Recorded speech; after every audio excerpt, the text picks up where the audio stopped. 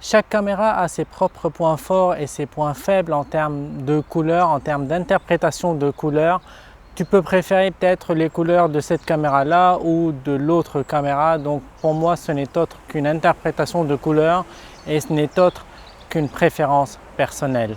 Par exemple, sur la DJI Action 5 Pro, on a un seul profil standard. On a le profil D-Log-M, qui est le profil log de cette caméra-là. On a aussi le profil HLG pour les scènes à haute plage dynamique. Contrairement à ça, sur la S Pro 2, on a plusieurs profils à part le nouveau profil E-Log qui a été introduit sur la S Pro 2. On a le profil standard, le profil Vivid, le profil Leica naturel, Leica Vivid. On a aussi le profil portrait, le profil vintage, le profil film. Et puis aussi on a le profil urbain, le profil nuit, donc on a plein d'autres profils sur la S Pro 2.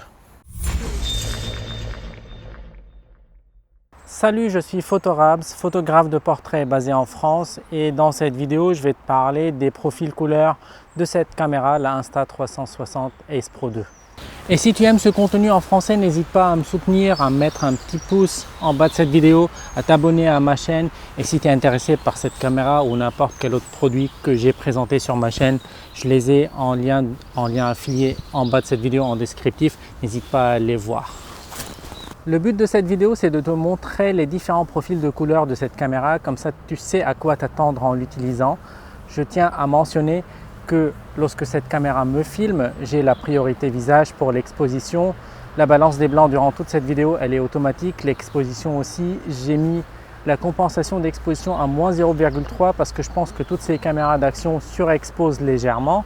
J'ai le HDR off lorsque cette caméra me filme. Par contre, lorsque je tourne dans l'autre sens, je vais changer donc les profils de couleurs. Je vais mettre le HDR soit on, soit off, donc en fonction des scènes. Donc tu verras ça en bas de la vidéo. Donc je vais essayer d'écrire ça juste en bas et voilà. Par rapport à la clarté, je l'ai laissé sur la valeur moyenne, donc sur la médium sur cette caméra là.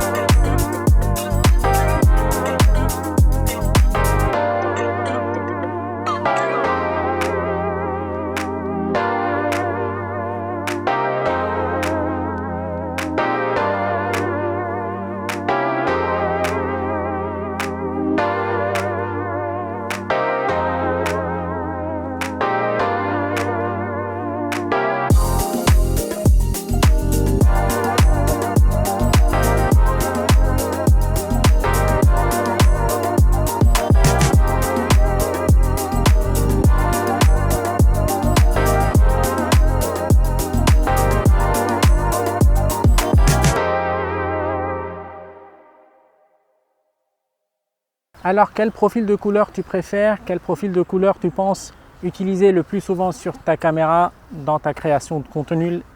Dis-moi ça dans les commentaires juste en bas. Moi je préfère que si DJI et puis Insta360 peuvent intégrer dans leur firmware le slider de saturation, parce qu'il y en a des gens qui pensent que les couleurs de la DJI sont un peu moins saturées, alors que les couleurs de l'Insta360 sont un peu plus saturées que la DJI. Et si on a ce slider, on peut directement avoir des vidéos comme on veut, comme on souhaite, directement de la caméra, sans passer par l'ordinateur pour les colorer ou pour les grader, pour faire le color grade sur ces vidéos-là. Alors voilà, c'est tout pour cette vidéo. J'espère que tu as aimé ce contenu en français. N'hésite pas à cliquer sur le like sous cette vidéo, ça m'aide beaucoup sur l'algorithme de YouTube. N'hésite pas à t'abonner à ma chaîne, ça me fera vraiment plaisir et ça m'aidera beaucoup aussi. Et si tu es intéressé par cette caméra-là, j'ai un lien affilié en bas. N'hésite pas à cliquer dessus, à aller faire ta commande ou à acheter ta caméra via mon lien qui est juste en bas lorsque la caméra sera disponible en stock. Merci d'avoir regardé cette vidéo et à très bientôt pour une autre vidéo. Ciao!